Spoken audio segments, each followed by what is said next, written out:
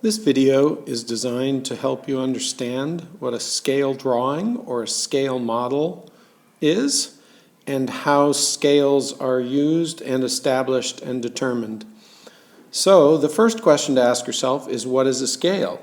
An example of a scale might be that 2 centimeters is worth 8 feet. Normally when it's given like this, the 2 centimeters, the first one is going to be the model or the map or the drawing. And 8 feet, the second term given, would be something in the real world. So this scale simply says that 2 centimeters in the drawing is worth 8 feet in the real world. If this was a map, then that would give you a scale to use.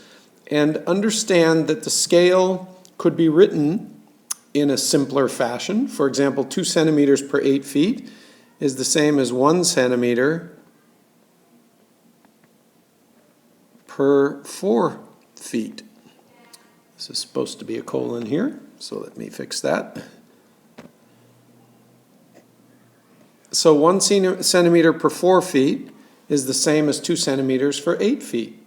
You could also make this unitless by converting the feet into centimeters and having 2 centimeters is worth however many centimeters 8 feet is, or 1 centimeter is worth however many 4 feet is.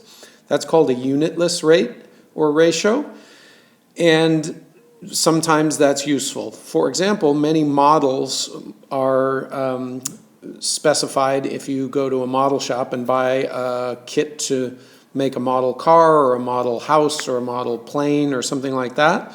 They're going to tell you that the scale is 1 to 42, for example, which basically says that the real thing is 42 times bigger than the model.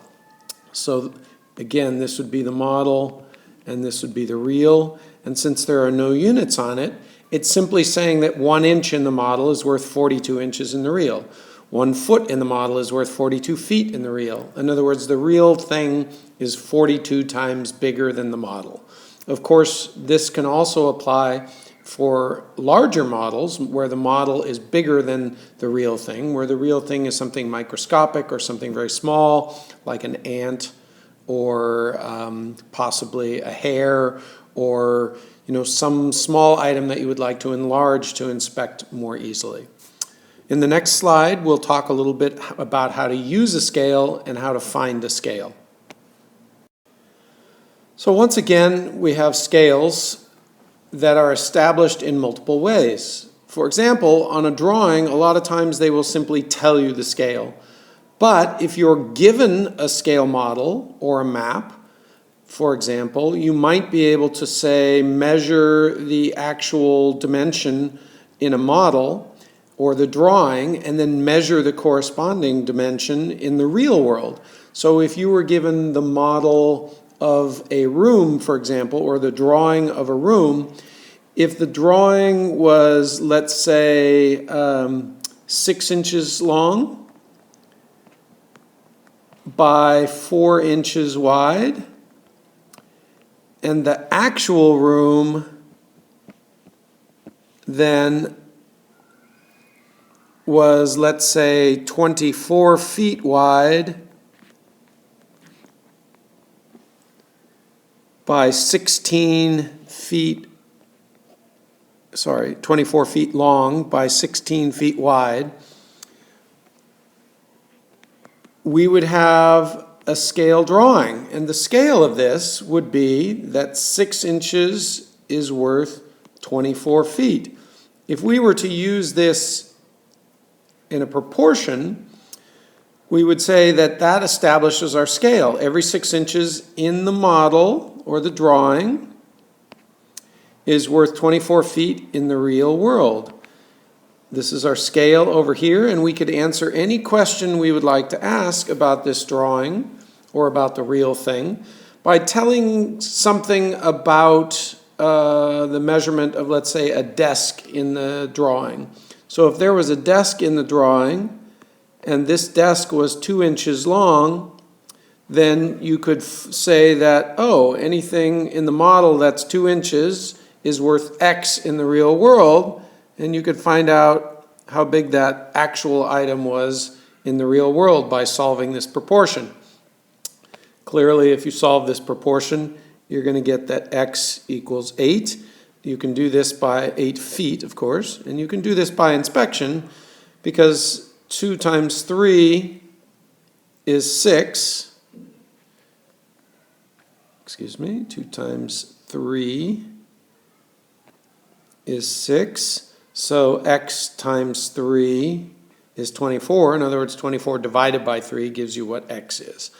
So this would be an example of finding out that the actual desk in the drawing, in the real world, should be 8 feet long. Now, if we wanted to know how wide that desk was, we'd have to go in once again and measure on the drawing. Oh, we find that it's 1 inch wide.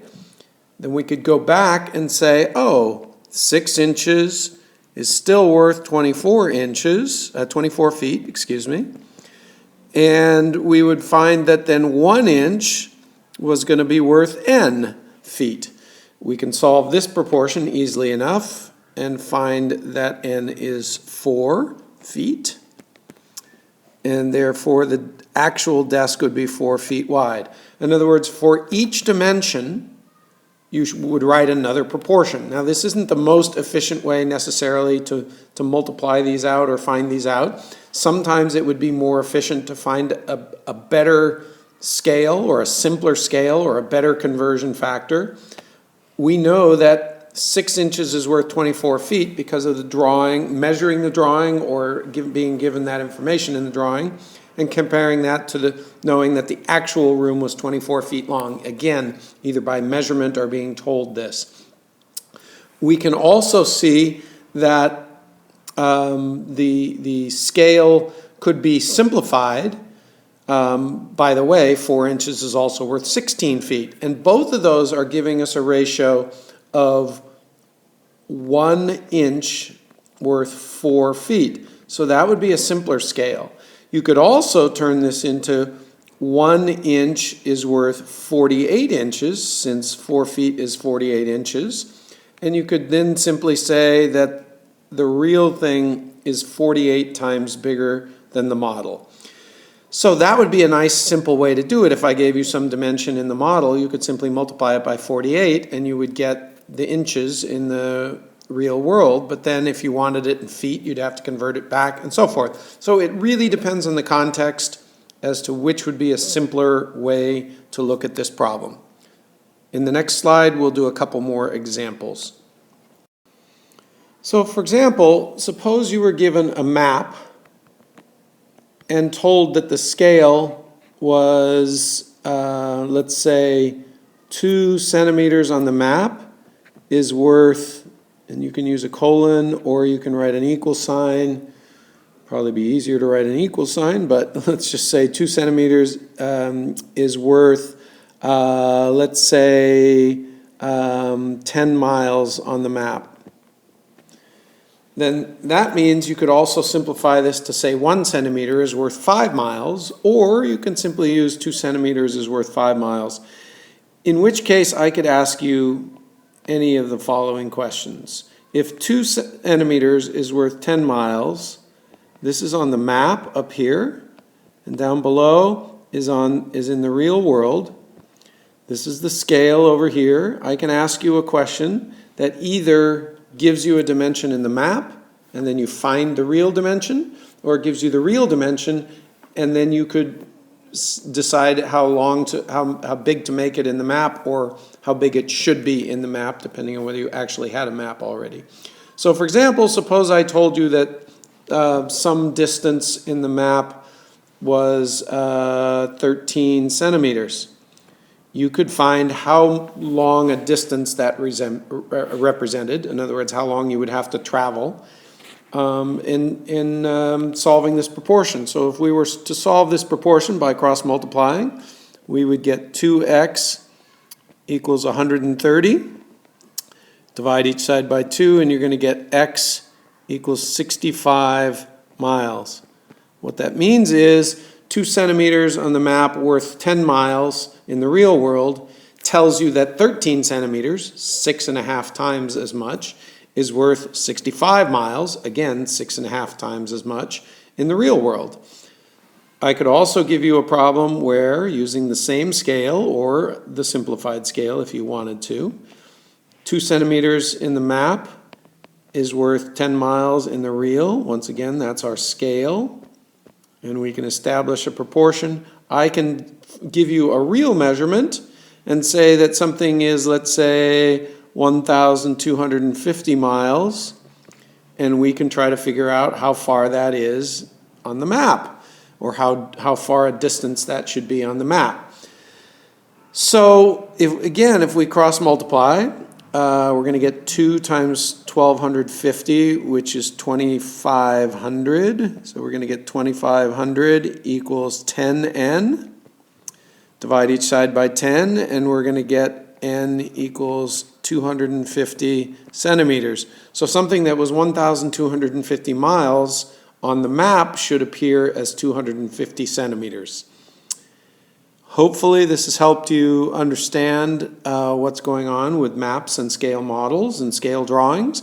Just simply remember that a scale drawing or a scale map is simply a way of writing a proportion or keeping in proportion a smaller version of the real thing or perhaps a bigger version of the real thing, so that you don't have to carry around a map that's as big as San Francisco, for example.